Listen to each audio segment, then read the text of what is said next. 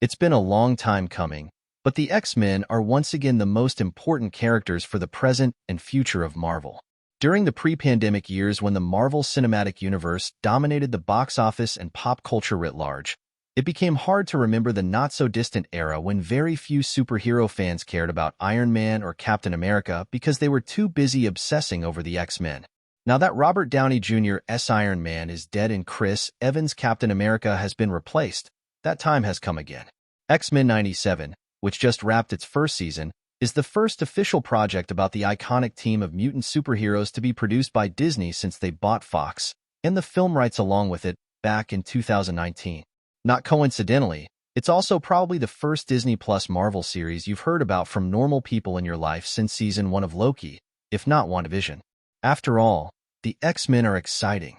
They're colorful and powerful, they have detestable villains and fascinating frenemies, and their central themes of found family and societal outcasts finding strength and solidarity still feel as relevant and empowering as ever. These 10 episodes have succeeded wildly at reminding viewers why the X-Men are fun to watch, the perfect prep for this summer's Deadpool and Wolverine, which will be the first live-action MCU project to feature them. So given all this exciting potential, why is Marvel burning through its X-Men material so rapidly? For all its accomplishments, X-Men '97 also commits to an absolutely frenzied pace. Its predecessor, X-Men, the animated series, was known to turn to the comic book source material for inspiration. The iconic Dark Phoenix saga, for instance, was adapted into multiple episodes. By comparison, X-Men '97 has hardly let an episode go by without drawing from a specific comic, and rather than letting them breathe, has squeezed complex stories into a limited runtime. This pace is especially notable because many of the new X-Men '97 episodes have been based on the work of Chris Claremont, who wrote Uncanny X-Men and other adjacent comics from 1975 to 1991, and in that time co-created many of the characters and concepts that fans are familiar with today. Precisely because he was in charge of the X-Men for so long, Claremont took his time with stories, letting characters deepen and narratives build over months and years. This is a major reason, frankly, that the world of the X-Men feels so deep and lived in, even compared to other long-running superhero franchises. Thanks to his extended tenure, Claremont's X-Men comics still held plenty of storylines that weren't used for the original animated series, enough to fuel a whole season or more of X-Men '97. But that's not what the show did. To name one example, creator Beau DeMayo, who was dismissed by Disney before the premiere, for still unclear reasons, and his team stuffed Claremont's epic event storyline Inferno into a single episode. They also mixed and matched elements from later comics, transplanting the Genosha genocide from Grant Morrison's 2000s-era New X-Men into the middle of the season, and, as is the blessing and curse of the X-Men, creating some painful real-life parallels in the process, and invoking the Magneto was right slogan without exploring the cultural critique Morrison intended with it. There's nothing inherently wrong with rearranging source material. Making cuts and drawing connections is just a natural part of the adaptation process, as Dune director Denis Villeneuve would tell you. But you can feel X-Men '97 straining from the effort to fit decades of comics into 10 episodes.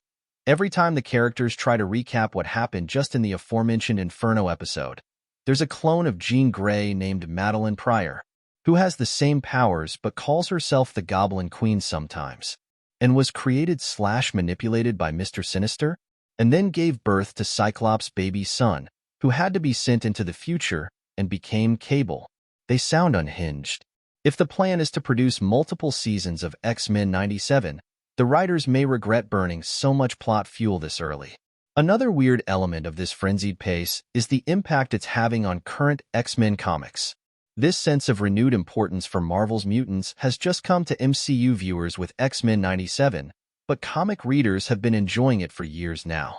Before the MCU was able to take advantage of the Disney/Fox merger, Marvel Comics was on it immediately by bringing in acclaimed writer Jonathan Hickman to reimagine X-Men comics. The result was 2019's House of X/Powers of X, an event miniseries that saw Professor X and Magneto team up to create a mutant nation-state called Krakoa. This fresh idea fueled years of interesting comics, even during the industry-wide shocks of the COVID-19 pandemic, but is currently coming to an unceremonious end. Nothing gold can stay in corporate superhero comics, The nature of the business is that everything has to be reverted to status quo every couple years, but the pace here is notably frenetic. The end of the Krakoa story is being told in multiple comics simultaneously, rather than the clean, clear storytelling of Hickman's original miniseries, creating a lot of reader confusion in the race to wrap everything up so that the company can launch new X-Men comics with new #1 issues in time to capitalize on Deadpool and Wolverine this summer. Degrading the quality of these comics in this way seems ill-advised when future MCU movies, or future seasons of X-Men 97, for that matter, might well be turning to Krakoa for inspiration and adaptation before you know it. The emphasis on short-term pop is detrimental to the franchise's long-term sustainability. It's also pretty overwhelming to try to keep track of as a fan. The sense one gets is of sheer desperation from corporate Marvel, who really do need a brand course correct after recent box office failures and at least one ugly real-life scandal. But come on, what's the rush, everybody? It's not like Marvel, or Disney, or the X-Men are going away anytime soon. Can't we all just take a breath?